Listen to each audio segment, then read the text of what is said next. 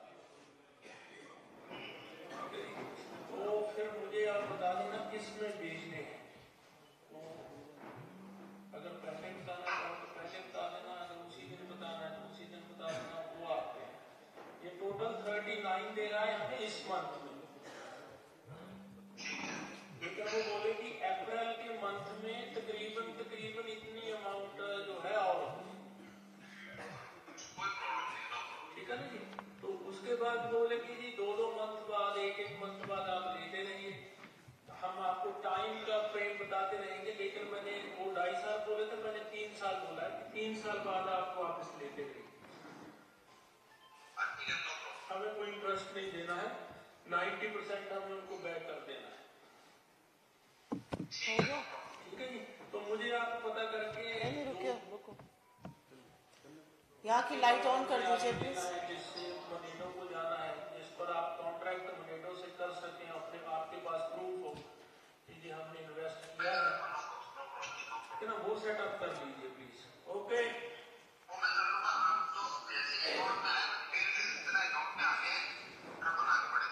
ठीक है भैया।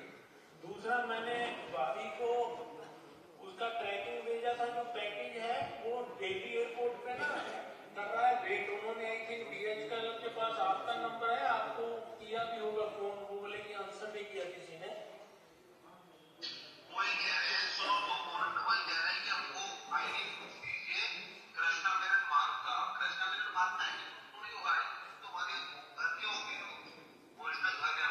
हाँ, फिर क्या बोले? तो उसको फिर मैं यहाँ से क्या करवाऊँ कि वहाँ पे हो जाए?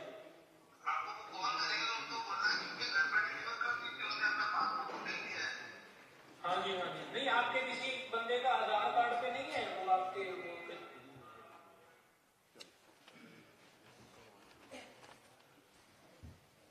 ये एक वीडियो है और ये जबरदस्त वायरल हो रहा है, और इसमें केंद्रीय मंत्री श्री नरेंद्र सिंह तोमर जी के बेटे देवेंद्र तोमर जी बड़ी पैसे की लेन देन करते हुए प्रतीत हो रहे हैं। हम इस वीडियो की सच्चाई की, सत्यता की न पुष्टि करते हैं न खंडन करते हैं, वो काम जांच एजेंसियों का है। लेकिन कुछ भी कहने से पहले दो बातें जरूर कहूंगी। कितनी विडंबना है कि आज भारतीय जनता पार्टी ने एक गाना रिलीज किया है मध्य प्रदेश के लिए। वो गाना वॉशिंग पाउडर निरमा की तर्ज पर लगाया गया है, और सच को कितना भी छुपाओ ऐसे ही सच उभर जाता है कि वही वॉशिंग पाउडर है जिससे नरेंद्र सिंह तोमर, जिससे शिवराज सिंह चौहान, जिससे हेमंत बिस्व शर्मा, नारायण राणे, शुभेंदु अधिकारी, येदुरप्पा, रेड्डी ब्रदर्स, एक लंबी फहरिस्त है। ये सब उस निरमा पाउडर से नहाते हैं, अपने दाग धब्बे धोते हैं और भाजपा का हाथ थाम लेते हैं, या भाजपा में होने के नाते इनके खिलाफ कोई जांच नहीं होगी। तो कितनी बड़ी विडंबना है कि जब आप आज इतना बड़ा खुलासा हो रहा है, तो निरमा वॉशिंग पाउडर पर एक ऐड बनाया है। 50% कमीशन की शिवराज सिंह जी की सरकार की सच्चाई स्वतः निकल आई है। खैर, वापस इस वीडियो पर जाते हैं। इस वीडियो में ऐसा प्रतीत हो रहा है कि नरेंद्र सिंह तोमर के लड़के देवेंद्र तोमर बड़े पैसों की, सैकड़ों करोड़ों रुपए की, कहीं पर 100 करोड़ सुनाई दे रहा है, कहीं पर सुनाई दे रहा है 18 करोड़ आ गए हैं, 21 और आने हैं, इसकी लेन देन की चर्चा चल रही है। और ये कोई एक बिचौलिए हैं जिनके जरिए माइनिंग के कारोबारियों का, अगर आपने सुना हो तो बार बार खनन का नाम आ रहा है, माइनिंग के कारोबारियों से करोड़ों रुपए लेने के लिए मल्टीपल बैंक अकाउंट कहां कहां खोले जाए, कहां कहां हो, उसकी चर्चा लगातार सुनाई दे रही है। सनद रहे, बस याद रहे कि नरेंद्र सिंह तोमर जी इस्पात और खनन के मंत्री भी रह चुके हैं मोदी सरकार में, और ये डायरेक्ट पैसा लेने की बात खनन के, माइनिंग के कारोबारियों से हो रही है।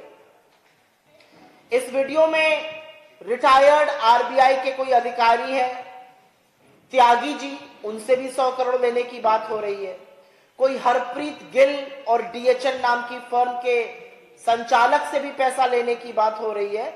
और जैसा कि आपने सुना, देवेंद्र भैया को बार बार भैया और गुरुजी कहकर बिचौलिया संबोधित कर रहा है। रोहित भैया के किसी शख्स को पैसा देने की बात हो रही है, और राजस्थान, पंजाब के कोई ट्रेडिंग फर्म है, कोई खनन के फर्म है, उनकी बातें चल रही है। इस वीडियो में एक पार्सल की भी बात हुई, और बड़ा इंटरेस्टिंग है ये। इसमें कहा गया भाभी जी, अब वो भाभी जी नरेंद्र सिंह तोमर जी की पत्नी की चर्चा चल रही है या देवेंद्र तोमर जी की पत्नी की चर्चा चल रही है, मैं नहीं जानती, लेकिन एक भाभी जी जो कि तोमर ही खानदान से संबंध रखती हैं, संभवतः उनकी पत्नी है, उनके नाम एक पार्सल पहुंचाने की बात हो रही है। और बिचौलिया कह रहा है कि एड्रेस प्रूफ चाहिए, कृष्ण मेनन मार्ग का, और देवेंद्र भैया कह रहे हैं एड्रेस प्रूफ तो जी हमारे घरों का है, कृष्ण मेनन मार्ग का नहीं है, पासपोर्ट है। याद रहे 3 कृष्ण मेनन मार्ग पर, नई दिल्ली में, लुटियंस दिल्ली में नरेंद्र सिंह तोमर जी की कोठी है, और ये कोठी ठीक 2 कृष्ण मेनन मार्ग श्री अमित शाह जी के घर के जस्ट सामने है। ठीक सामने वाली कोठी नरेंद्र सिंह तोमर जी की है, 3 कृष्ण मेनन मार्ग की, जिसका एड्रेस प्रूफ संभवतः उनके परिवार के पास नहीं है, और इसलिए वो कह रहे हैं एड्रेस तो हमारे घर मतलब ग्वालियर का होगा। अब सवाल ये उठता है कि ये 100 करोड़, ये 39 करोड़, 18 करोड़, 21 करोड़, ये क्या पैसा है? ये किसका पैसा है? ये कौन दे रहा है? ये क्यों दे रहा है? जिस पैसे का जिक्र किया जा रहा है, क्या इस पैसे को सार्वजनिक किया गया है? ये खनन के कारोबारी कौन है और वो देवेंद्र भैया को पैसा क्यों दे रहे हैं? सवाल इस बात का है। असलियत यह है कि यह पैसा मध्य प्रदेश के किसानों का, मध्य प्रदेश के गरीबों का, मध्य प्रदेश के मजदूरों का, मध्य प्रदेश के युवाओं का, मध्य प्रदेश की महिलाओं का पैसा है, जिसको लूटकर संभवतः तोमर वंश, तोमर खानदान, नरेंद्र सिंह तोमर जी का परिवार अपनी तिजोरियां भरता दिख रहा है। क्योंकि सवाल ये उठता है, ये पैसा कौन दे रहा है भाई? 100 करोड़ किसी को आप क्यों दे रहे हैं? वो कौन से बैंक अकाउंट है जिसमें आप 100 करोड़ रुपए देने को तैयार है, और क्यों तैयार है? किसका पैसा है? किस लिए दिया जा रहा है? एक खनन का कारोबारी इनको पैसा क्यों देगा? अब बात आती है मोदी जी पर। मोदी जी को तो ईडी खेलने का बहुत शौक है। एक वो गाना आया था, ये इलू इलू क्या है, इनसे पूछा जाना चाहिए ये ईडी क्या है। मोदी जी को ईडी खेलने का बहुत शौक है। जब घबराते हैं और बौखलाते हैं और संकट में होते हैं तो हम और आप अपने इष्ट को याद करते हैं, वो ईडी को याद करते हैं। और जो नंगा नाच ईडी ने राजस्थान से लेकर छत्तीसगढ़ में चुनाव के दौरान किया है, वो सबके सामने है। मनगढ़ंत आरोप लगा लगाकर ईडी को छोड़ा हुआ है मैदान में, और ईडी ये चुनाव लड़ रही है भाजपा के बिहाफ पर। तो ईडी खेलने का इतना शौक है। तो आज सवाल यह है कि जब वीडियो प्रूफ यहां पर अवेलेबल है, ईडी कब आएगी नरेंद्र सिंह तोमर के घर पे? सीबीआई और इनकम टैक्स कब आएंगे नरेंद्र सिंह तोमर के घर पे? कब पूछताछ के लिए देवेंद्र तोमर को बुलाया जाएगा? आज सवाल इन बातों का है। क्योंकि एक बात साफ है, यह वीडियो और इसकी बात सुनकर लगता है कि यह काले धन पर चर्चा हो रही है, यह अनअकाउंटेड वेल्थ पर चर्चा हो रही है, मल्टीपल बैंक अकाउंट्स पे चर्चा हो रही है, पार्सल फलाने से आ रहा है, फलाना इतना देगा, ऐसा होगा वैसा होगा, ये सारी बातें हो रही है। तो भाई काला धन पे जो प्रहार करने का बड़ा डंका बजाते हैं, उनकी ईडी, उनकी सीबीआई, उनकी इनकम टैक्स को सांप क्यों सूंघ गया? इस वीडियो को देखने के बाद भाजपा में सुई पटक सन्नाटा क्यों है? कब ईडी के टिकट कटाए जाएंगे कि वो भोपाल या ग्वालियर पहुंचे और शिवराज सिंह चौहान जी से लेकर नरेंद्र सिंह तोमर जी से पूछताछ करें? क्योंकि एक बात और भी साफ है, और यह भी बिल्कुल साफ बात है कि एक लड़का अकेले अपने दम पर सैकड़ों करोड़ों का ये पूरा गोरख धंधा नहीं कर सकता है। और मुझे कोई भी गुर्रेज नहीं है ये कहने में, मुझे जरा सा भी संशय नहीं है कहने में कि इसमें बड़े बड़े लोगों के तार जुड़े हुए हैं। आखिर कौन कौन शामिल है इसमें? क्या ये सारी कवायद बिना शिवराज सिंह चौहान जी के शामिल हुए हो सकती थी? क्या इसमें केंद्रीय मंत्रियों की साठगांठ नहीं है? और क्यों चुप है भाजपा? क्यों चुप है प्रधानमंत्री? क्यों चुप है मुख्यमंत्री? क्यों चुप है अमित शाह जी? क्या वित्त मंत्रालय को यह पता भी नहीं है कि ऐसी बातें हुई है? और अब जब वीडियो आ गया तो उसके बारे में ये लोग क्या कर रहे हैं? और याद रहे, नरेंद्र सिंह तोमर कोई छोटे मोटे व्यक्ति नहीं है। संभवतः नंबर 5 की वरीयता पर है मोदी सरकार में। ये वही मंत्री हैं जिनकी नाक के नीचे 750 किसानों की शहादत हुई, और ये और इनके साथी मिलकर किसानों को गुंडा, मवाली, नक्सली और राम जाने क्या क्या बुलाते रहे। ये वही व्यक्ति है। तो आज पूछा जाना है कि ये घूस कौन ले रहा है, क्यों ले रहा है, क्या प्रलोभन था, इसके चलते कौन सी नीति का निर्माण हुआ, इसके चलते किसका भला हुआ? किसको बैकडोर से एंट्री मिली? आज ये सारी बातें साफ होनी चाहिए। किसी अप्रैल की बात हो रही है, वो 2023 अप्रैल है, वो 2022 अप्रैल है, वो उसके पहले का अप्रैल है, मुझे नहीं पता, लेकिन हम नवंबर 2023 में चुनाव के पहले बात कर रहे हैं और भाजपा के पास इस बात का कोई जवाब नहीं है। और मैं फिर से कहूंगी, प्रतिशोध और ओछी गंदी राजनीति करने वाले भाजपाई, खास तौर से इस देश के प्रधानमंत्री नरेंद्र मोदी, आप चुप नहीं रह सकते हैं। आपकी कोई नैतिकता नहीं है भ्रष्टाचार पर बात करने के लिए। अगर नरेंद्र सिंह तोमर और उनके परिवार के खिलाफ कार्रवाई नहीं होती, इस मामले का संज्ञान नहीं लिया जाता। चुनाव चल रहा है, चुनाव आयोग को इस मामले का स्वतः संज्ञान लेना चाहिए। इसकी स्थापित करिए सत्यता और त्वरित कार्रवाई कीजिए। हमारी कुछ मांगे हैं और वो आप पत्रकार बंधुओं के माध्यम से हम इसको पटल पर रख रहे हैं। जैसा कि मैंने कहा, चुनाव आयोग इस मामले की त्वरित संज्ञान ले, कार्रवाई करे और सत्यता स्थापित करे।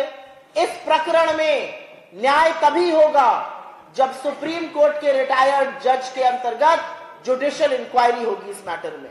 नरेंद्र सिंह तोमर, जैसा कि मैंने कहा, केंद्र सरकार में एक पावरफुल, शक्तिशाली, सशक्त मंत्री हैं। उनको बर्खास्त किया जाना चाहिए जब तक इस मामले की छानबीन ना हो जाए और रिपोर्ट ना आ जाए, क्योंकि ऐसा प्रतीत होता है साफ तौर से कि ये काला धन है। तो मनी लॉन्ड्रिंग का केस रजिस्टर हो और ईडी इस मामले की शुरुआत करे। ईडी जिसको सांप सूंघ गया है, सीबीआई जिसको सांप सूंघ गया है, इनकम टैक्स जो मौन है, वो इस मामले का संज्ञान ले, केस रजिस्टर करे और इस पर कार्रवाई शुरू करे। भारतीय जनता पार्टी, यहां के मुख्यमंत्री, प्रधानमंत्री और गृह मंत्री इस मामले पर अपनी चुप्पी तोड़े, क्योंकि आपकी चुप्पी संरक्षण है भ्रष्टाचार के लिए। और अंत में मैं सिर्फ इतना कहूंगी, नरेंद्र सिंह तोमर जी एक बहुत शक्तिशाली व्यक्ति, दिल्ली में ही नहीं, उससे भी ज्यादा शक्तिशाली मध्य प्रदेश में है। और जब तक उनका लड़का बाहर रहेगा, वो किसी भी इन्वेस्टिगेशन को फ्री और फेयर नहीं कर सकता है। संज्ञान लेकर उनकी गिरफ्तारी हो और इस मामले की जांच हो। आपके सवालों का मैं स्वागत करती हूं।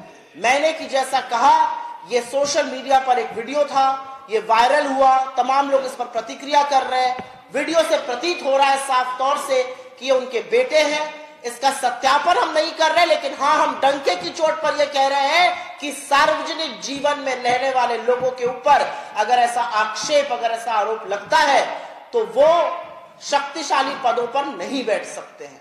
Seizures wife has to be above suspicion. और न्याय और मर्यादा और नैतिकता की डिमांड है कि नरेंद्र सिंह तोमर अपने पद से तुरंत इस्तीफा दे या बर्खास्त किए जाए। आपके सवाल। एक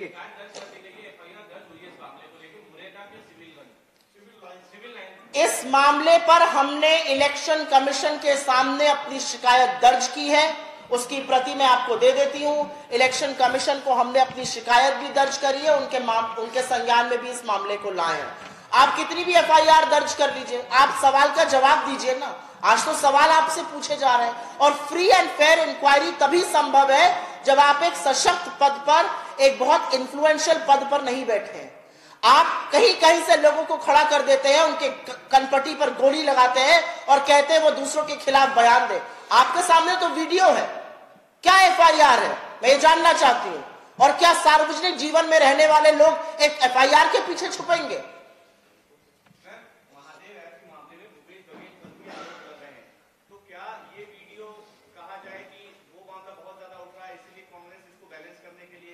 ये वीडियो हमने निकाला है, ये वीडियो हम लेकर आए हैं सार्वजनिक जीवन में, ये वीडियो हमने सोशल मीडिया पर लगाया है? बिल्कुल भी नहीं। ये वीडियो हमें मिला सोशल मीडिया पर, ये वायरल हो रहा था। आप ही के कुछ पत्रकार साथियों ने इस वीडियो के बारे में संज्ञान लेकर ट्वीट किया, किसी ने फेसबुक पर डाला। जब हमने ये वीडियो देखा और प्रमुख विपक्ष होने के नाते हम बिल्कुल इसको उठाएंगे, क्योंकि ये मध्य प्रदेश के लोगों की लूट है और इसको उठाना हमारा परम धर्म है। और मुझे नहीं लगता कि ये बैलेंसिंग एक्ट की जो आप बात कर रहे हैं, ऐसा हम करते हैं। हम तो डंके की चोट पर कह रहे हैं। हमारे तो मुख्यमंत्री ने अमित शाह जी का चैलेंज स्वीकार कर लिया। वो तो सीना ठोक के कह रहे हैं आइए मैदान में करिए बहस। क्यों भाग रहे हैं अमित शाह जी? मेरा अपना मानना यह है कि जो महादेव ऐप की कंट्रोवर्सी है, उस पर मोदी सरकार पूरी तरह से संलग्न है। मेरा अपना मानना है कि मोदी सरकार के हाथ काले हैं। कल जाकर आपने महादेव ऐप बैन करी, जबकि मार्च से छत्तीसगढ़ की पुलिस कह रही है इस ऐप को बैन करिए और दुबई से लोगों को गिरफ्तार करिए। क्या आपकी मजबूरी है ऐप ना बैन करने की? और आप इधर उधर से कभी अपने कार्यकर्ता को, कभी अपने ड्राइवर को खड़ा कर दीजिए, वो किसी के खिलाफ भी कोई बोलेगा, अरे मुझे ईडी दे दीजिए 2 दिन के लिए, सारे नेता इनके जेल में नजर आएंगे। और कौन कौन से मोदी भाग जाएंगे ये मैं आपके सामने कहना नहीं चाहती हूं। 48 घंटे के लिए ईडी मेरे हाथ में दीजिए आप।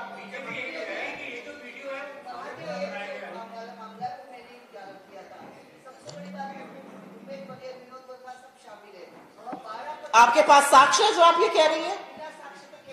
तो आप साक्ष्य कोर्ट में दीजिएगा, आप साक्ष्य कोर्ट में दीजिएगा। मेरा अपना मानना है छत्तीसगढ़ पुलिस ने मार्च में एफआईआर दर्ज करी और विडंबना यह है कि वो एफआईआर के बेसिस पर ही ईडी की इंक्वायरी कराई जा रही है।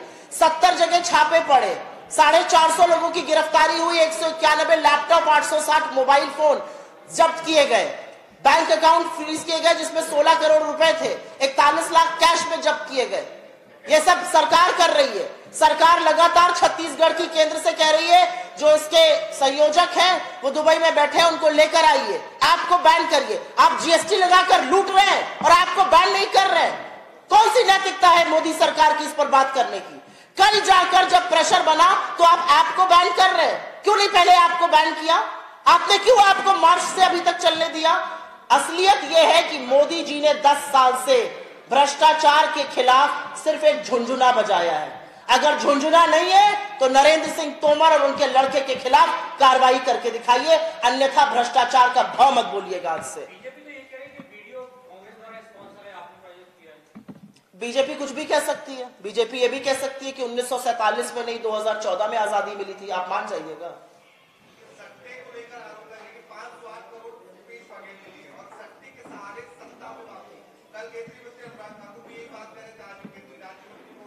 अनुराग ठाकुर जी जिनका आपने नाम लिया है वो व्यक्ति हैं जिन्होंने हंसकर कुछ ऐसा कह दिया था कि दिल्ली में दंगे हो गए थे। तो उनकी दलील देकर मैंने अमूमन पत्रकारों से कहा मुझसे सवाल ना पूछा करें, क्योंकि अगला सवाल मेरा ये होता है कि जो मंच से देश के डैश को गोली मारो डैश को करते हैं वो तो अपने पद पर ही नहीं बने रहने चाहिए, उनको इन बातों का क्या इल्म है? आपकी जो बात आप कह रहे हैं, किसी भी व्यक्ति को मैं इनको खड़ा कर दूं अपने बगल में और इनके कान पे लगाऊं एक बंदूक और लगाऊं इनके ऊपर 10 रेड, ये वो तोते की तरह बोलेंगे जो मैं चाहती हूं वो बोले, और यही काम मोदी सरकार कर रही है। असलियत यह है कि छत्तीसगढ़ जाकर या मध्य प्रदेश जाकर या राजस्थान जाकर या कहीं और जाकर मोदी जी वो गारंटी दे रहे हैं जो एक्सपायर कर चुकी है। अरे प्रभु, छत्तीसगढ़ में आप बात कर रहे हैं 3100 के धान की, काहे मध्य प्रदेश में नहीं दे खरीद लिए 3100 पे ध्यान? छत्तीसगढ़ में 500 के सिलेंडर की बात कर रहे हैं, काहे मध्य प्रदेश में बगल में 500 में सिलेंडर नहीं बेच रहे? असलियत यह है कि जब जब हार और जब जब बौखलाती है भाजपा, तो जैसा कि मैंने कहा हमें आपको अपने इष्ट याद आते हैं, ऊपर वाला याद आता है, हम दुआ करते हैं, प्रार्थना करते हैं, उनके डूबते को ईडी का सहारा होता है।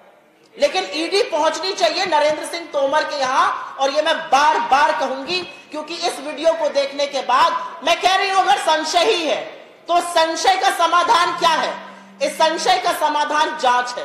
और अगर जांच एजेंसियां भाजपाइयों के खिलाफ नहीं जाएंगी, भाजपाइयों के घर नहीं पहुंचेंगी, केंद्रीय मंत्री जो इस्पात और खनन के मंत्री रह गए और यहां पर खनन कंपनियों से, खनन कारोबारियों से पैसा लेने की बात हो रही है, कृष्ण मेनन घर की बात हो रही है, 3 नंबर में वो रहते हैं, अमित शाह के जस्ट सामने वाले पड़ोसी हैं, तो फिर क्या वरीयता है इन एजेंसीज की? ये एजेंसीज को अपना घटक दल आपने बना लिया है, लेकिन इनकी विश्वसनीयता पर आप ही ने चिन्ह लगवाया है।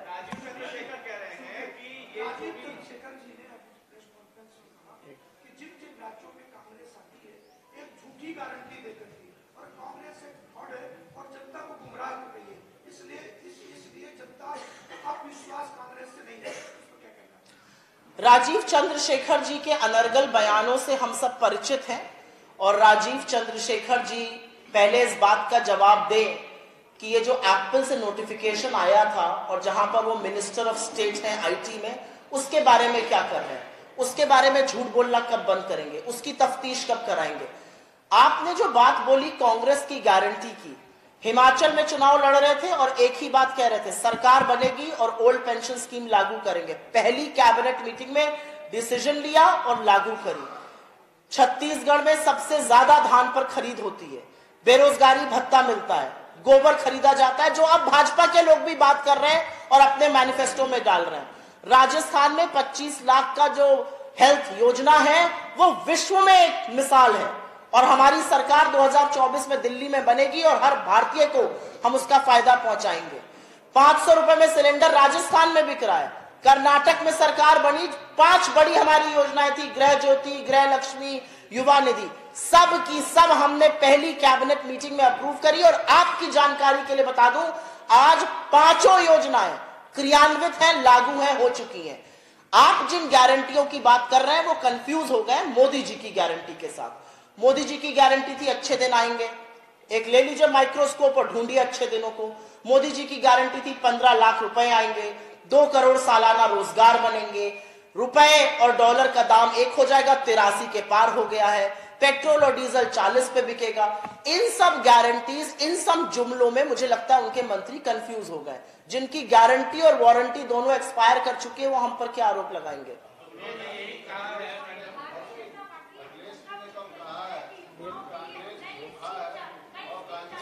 एक व्यक्ति पूछेगा तो सवाल का जवाब दूंगी, इनके बाद आपके पास आ जाऊंगी। 2 मिनट बैठ जाइए।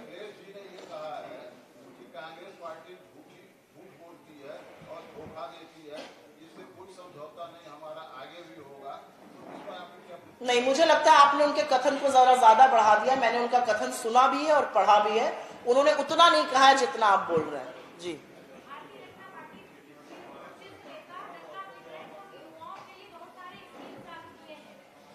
कहां पर?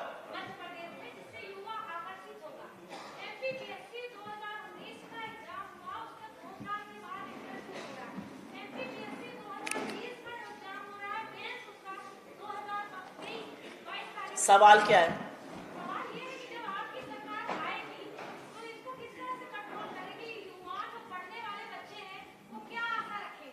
बहुत अच्छा सवाल है आपका। मैं खुश हूं कि किसी ने तो युवाओं पर, किसी ने तो जॉब्स पर, किसी ने तो परीक्षाओं पर सवाल पूछा। 18 साल का शासन है और 18 साल जब आप शासन में रहते हैं और आप चुनावों में जाते हैं तो आप अपना रिपोर्ट कार्ड दिखाते हैं और उस पर वोट मांगते हैं। छत्तीसगढ़ और राजस्थान में हम बड़ी बड़ी बातें नहीं बांट रहे हैं, हम अपने रिपोर्ट कार्ड पर डंके की चोट पर सीना ठोक के वोट मांग रहे हैं। 18 साल शासन चलाने के बाद आपको वोट मांगना पड़ रहा है। हम आएंगे तो ये होगा, ना आप आएंगे ना ये होगा। असलियत ये है कि अगर आप हमारा वचन पत्र भी पढ़िए, और इसके बारे में हमने अपने अन्य राज्यों में भी चर्चा करी है, हम बेरोजगार लोगों के लिए कुछ आर्थिक सहायता की बात कर रहे हैं और एक जॉब्स कैलेंडर की बात कर रहे हैं कि जॉब्स कैलेंडर परीक्षा के नोटिफिकेशन से नियुक्ति पत्र तक कुछ पड़ाव होते हैं और अगर उनमें से कोई भी पड़ाव टूटता है, मान लीजिए पेपर लीक हो जाता है, तो कानूनी रूप से एक प्रावधान होना चाहिए कि कितनी जल्दी सेकंड सेट, कितनी जल्दी वो हो सके, जिससे एक निश्चित समय में परीक्षा से लेकर नियुक्ति हो। वो युवाओं के लिए बहुत बड़ा भरोसा है।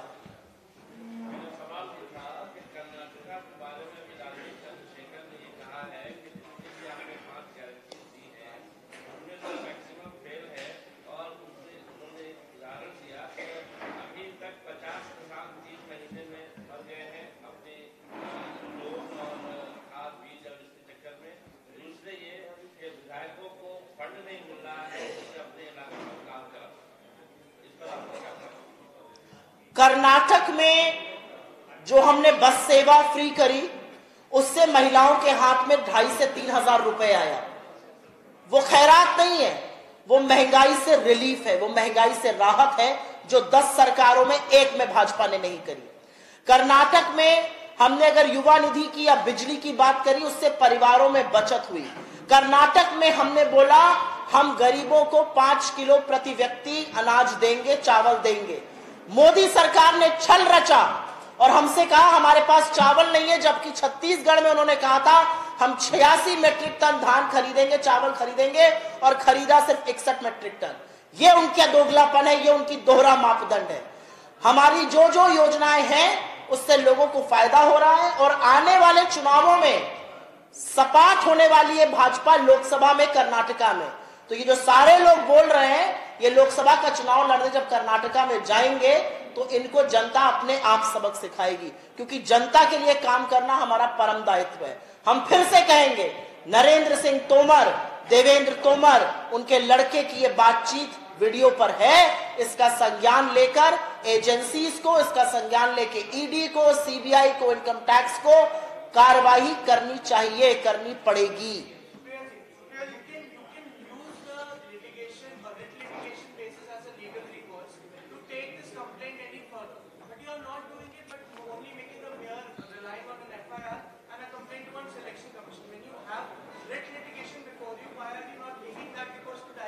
So what do you expect us as a responsible opposition to do? To keep quiet about it and not do a press conference? What do you know we are doing next? Are you pre-guessing what I'm going to do next? Are you preempting me? I think as a responsible opposition, it is my duty first to talk about something that's in the public domain. And how does anyone have an issue with that? It's bizarre that somebody can even ask me that question. As a responsible opposition, I see a video where clearly the man is talking about black money, where clearly the man is talking about unaccounted wealth, where clearly the man is talking about graft, which is coming from the mining barrels. And his father has been the minister of mining. His father lives on Krishna Menon Road, something that is being referred to in this video. So what do you expect the opposition to do? I mean, I think your bar for the opposition to act is either way too low or way too high. I think as a responsible opposition, I will first talk about it publicly. I will first come to the public court through people, through journalists like you, and then take whatever recourse we have. Elections are going on. We have gone to the Election Commission and we will take legal recourse if and when we have to. So I think to expect the opposition to keep a tape on its mouth and just keep quiet is a little bizarre, I would say.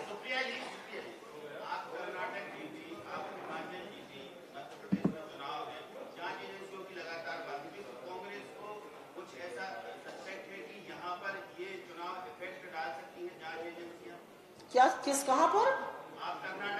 मैं सवाल समझ गई, कहां पर effect डाल सकती है? नहीं, मुझे नहीं लगता। मुझे लगता है कि जहां जहां भाजपा खतरे में होती है वहां पे उभरना चाहती तो जांच एजेंसी भेजती है। यहां पर भाजपा को मैदान लग रहा है कि बिल्कुल उनका खत्म है, इसलिए यहां जांच एजेंसी नहीं आएगी। मुझे ऐसा लगता है छत्तीसगढ़ और राजस्थान में उनको हो सकता है लग रहा हो, वहां पर भी नहीं आने के। मेरा अपना मानना है कि मोदी जी ने जांच एजेंसियों को अपना सबसे प्रबल घटक दल बना दिया है, इसीलिए जांच एजेंसियों की विश्वसनीयता आज खत्म है। और अगर जांच एजेंसियों के लोग ये बातें सुन रहे हैं, और जरूर सुन रहे होंगे, तो आपकी भी प्रामाणिकता, आपकी भी विश्वसनीयता, आपकी भी क्रेडिबिलिटी इस बात पर निर्भर करती है कि आप इतने बड़े मामले में संज्ञान लेकर क्या करते हैं। धन्यवाद।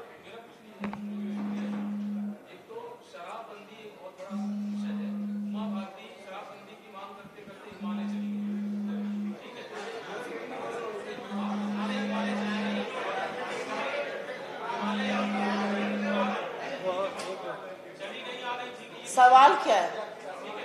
मेरा सवाल ये है कि कांग्रेस पार्टी का शराबबंदी को लेकर क्या स्टैंड है? शराबबंदी को लेकर क्या लेना? दूसरे पक्ष कि सिखों का वोट कांग्रेस पार्टी को पूरे हिंदुस्तान से चाहिए, सिखों का वोट कांग्रेस को पूरे हिंदुस्तान से चाहिए, लेकिन एक प्रधानमंत्री जो आपका सिख थे वो आपके पोस्टरों से, वोटिंग से आखिर कहां चले? आपका सवाल जो है वो मुझे थोड़ा सा बेतुका लगा। अगर आप बुरा ना माने तो मैं ये कहना चाहूंगी, मुझे लगता है हमें सिर्फ सिखों का वोट नहीं चाहिए, हमें हर उस हिंदुस्तानी का वोट चाहिए, और हर हिंदुस्तानी हमें वोट देगा जो इस देश में, इस देश की अखंडता में, इस देश की एकता में, इस देश के भविष्य में यकीन रखता है। और तभी हम चुनाव जीत रहे हैं और आगे भी जीतते हुए दिखाई देंगे, चाहे मध्य प्रदेश हो, छत्तीसगढ़ हो, राजस्थान हो, तेलंगाना हो या मिजोरम हो। तो ये बात कहना कि हमें एक वर्ग का वोट चाहिए बिल्कुल गलत है। आज युवा बीजेपी से नाराज है, आज किसान बीजेपी से नाराज है, महिलाओं को छला है, तो हर वर्ग हमारे साथ खड़ा है। हमें किसी एक का नहीं, सबका आशीर्वाद चाहिए, और जनता अपने वोट के माध्यम से वो आशीर्वाद जरूर देगी। कांग्रेस पार्टी ने अपना घोषणा पत्र जारी कर दिया है, बीजेपी ने अपना घोषणा पत्र जारी नहीं किया है। आप बताइए, क्या आपके घोषणा पत्र का बीजेपी के घोषणा पत्र दबाव है? क्या चिंतन मनन करके घोषणा पत्र जारी करेगी? आपके क्या विचार है? मेरा अपना मानना है, शांति शांति शांति, प्लीज शांति। मेरा अपना मानना है कि हमने घोषणा पत्र नहीं, हमने वचन पत्र जारी किया है, और हम वो पूरा करके दिखाएंगे जो वादे हमने किए हैं। बीजेपी कुछ भी कह ले, जुमला ही होगा, तो जारी करे या ना करे। आज निरमा वॉशिंग पाउडर पर एक ऐड जारी किया, वो जरूर देखिएगा। धन्यवाद आप सबका बहुत बहुत।